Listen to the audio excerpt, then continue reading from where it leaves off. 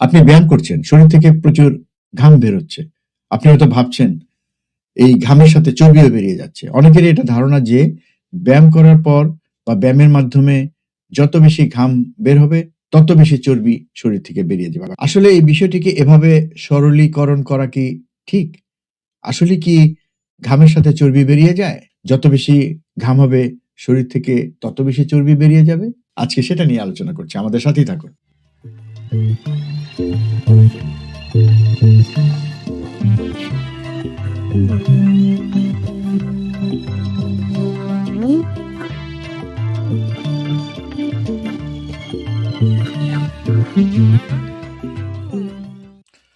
দর্শক, ভুল সবই ভুলের আরো একটি পর্বে স্বাগত জানাচ্ছি। আমি ডক্টর সজল আশফাক।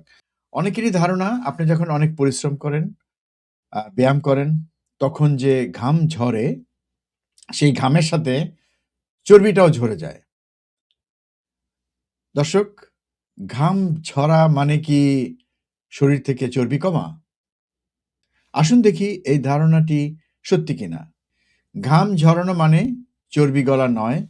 ওজন কমাতে গিয়ে অনেকেই ভাবেন যে বেশি ঘাম মানেই বেশি চর্বি কমা। ঘাম শরীরের তাপ নিয়ন্ত্রণ বা আমরা যদি বলি থার্মোরেগুলেশনের একটা প্রক্রিয়ার অংশ এবং শরীরের তাপ নিয়ন্ত্রণের জন্য এই ঘামটা তৈরি হয়। এতে মূলত পানি এবং লবণ শরীর থেকে বেরিয়ে যায়, চর্বি নয়।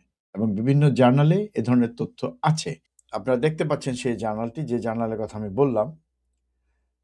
তাই ঘাম ঝরিয়ে ওজন কমলেও তার সাময়িক পানি খেলে আবার কিন্তু আগের অবস্থায় ফিরে আসে শরীরটা। এবং একই সাথে যদি আপনি সাথে স্যালাইন ওয়াটার খান, তাহলে যে লবণটা শরীর থেকে বেরিয়ে গেল সেটাও কিন্তু পূরণ হয়ে যায়। তো চর্বি কমে ভিন্ন একটি জৈব প্রক্রিয়ায়, যাকে বলা হয় সেলুলার রেসপিরেশন। এই প্রক্রিয়ায় শরীরের সঞ্চিত চর্বি ভেঙে শক্তি তৈরি হয় এবং তার বড় অংশই কার্বন ডাইঅক্সাইড হিসাবে শ্বাসের মাধ্যমে বের হয়ে যায়। বাকি অংশ পানি হিসাবে নির্গত হয়। অর্থাৎ চর্বি ঘামে গলে না, বরং বিপাকের মাধ্যমে ধীরে ধীরে কমে। আপনারা দেখতে পাচ্ছেন একটি জার্নালে এ বিষয়ে যে তথ্য দেয়া আছে। ব্যায়ামের গুরুত্বটা এখানেই। ব্যায়াম করলে ঘাম হবে, কিন্তু আপনি যখন ব্যায়ামটা করতে থাকবেন তখন শরীরের ভেতরে কিছু পরিবর্তন হবে এবং যেই পরিবর্তনের অংশ হিসাবে কিন্তু চর্বিটা কমবে। কিন্তু এই যে ঘাম অনেক বের হলো এবং সেই ঘামের সাথে চর্বি বেরিয়ে গেল, এই ধারণাটা ঠিক না। অবশ্যই ব্যায়ামের গুরুত্ব আছে এবং ব্যায়াম না করলে তো শরীরে চর্বি কমবে না, এটাও সত্যি। ব্যায়াম করলে ঘাম তৈরি হবে, সেই ঘামের সাথে চর্বি বের হয় না। আমি সেই ব্যাপারটাই আপনাদের কাছে পরিষ্কার করতে চাচ্ছি। তো নিয়মিত ব্যায়াম শরীরে ফ্যাট অক্সিডেশন বাড়ায় এবং ক্যালোরি খরচ বৃদ্ধি করে এবং ক্যালোরির ঘাটতি বা যা ডেফিসিট যেটা থাকে সেটা তৈরি করে। এবং এই ঘাটতিটা যখন হয় তখন এই ঘাটতি পূরণের জন্য চর্বি এগিয়ে আসে এবং এটাই হচ্ছে চর্বি কমানোর মূল মন্ত্র। এ কারণে বিশেষ করে কার্ডিও এবং শক্তির ব্যায়াম যেগুলো আছে, একসাথে করলে দীর্ঘমেয়াদে শরীরের চর্বি কার্যকরভাবে কমে এবং এ বিষয়ক একটি জার্নালও আপনারা দেখতে পাচ্ছেন।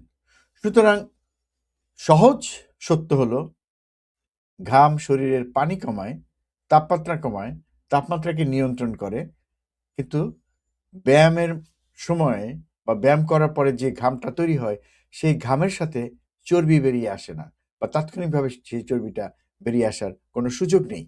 চর্বি কমার প্রক্রিয়াটা অনেক দীর্ঘ এবং সেটা শরীরের যে কোষ আছে সেখানকার একটা প্রক্রিয়া এবং সেই প্রক্রিয়ার কথা আমি আপনাদেরকে বললাম। আমি যেটা বললাম যে সেলুলার রেসপিরেশন একটা জৈবিক প্রক্রিয়া, সেটির মাধ্যমে এটা কমে। এটা একটা জটিল প্রক্রিয়া এবং সেজন্য আপনাকে ব্যায়াম করতে হবে, সেটা সত্য।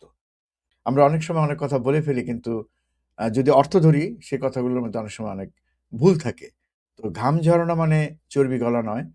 আল্টিমেটলি আপনি যদি প্রতিনিয়ত প্রতিদিন ব্যায়াম করেন, তাতে একসময় হয়তো আপনার চর্বিটা কমবে, শরীরের চর্বিটা কমবে, কিন্তু সেই চর্বিটা সেই চর্বির সাথে ঘামের কোনো সম্পর্ক নেই। মানে ঘাম বের হলো আর তার সাথে চর্বিটা বেরিয়ে যাচ্ছে, এই ধারণাটা ভুল। ব্যায়াম করার পরে যে ঘামটা তৈরি হয় এবং সেই সাথে লবণ বেরিয়ে যায়, সেটা পূরণের জন্য অবশ্যই আপনাদেরকে শুধু পানি খেলে চলবে না, স্যালাইন ওয়াটার খেতে হবে এবং অনেক ধরনের স্যালাইন ওয়াটার আছে। পশ্চিমা দেশগুলিতে এ ধরনের অনেক বোতল পাওয়া যায়, জিনিস আছে এবং আমাদের দেশে ওট স্যালাইন আছে। তো সেটা খেলেই কিন্তু সেটা পূরণ হয়ে যাবে এবং আপনি ব্যায়াম চালিয়ে যাবেন এবং আপনার শরীরের কোষের মধ্যে যে কার্যক্রম চলে সেখানকার সেই কার্যক্রমের মাধ্যমে ধীরে, ধীরে আপনার শরীরের চর্বি ব্যবহৃত হবে এবং এভাবেই চর্বিটা ধীরে, ধীরে কমে আসবে। এর সাথে অতিরিক্ত ঘাম হওয়ার কোনো সম্পর্ক নেই।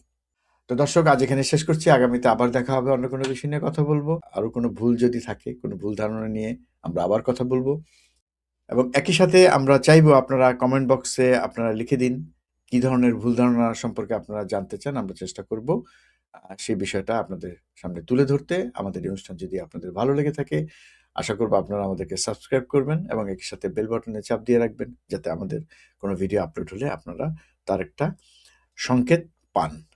সবাই ভালো থাকবেন। আজ এখানেই শেষ করছি। আল্লাহ হাফেজ।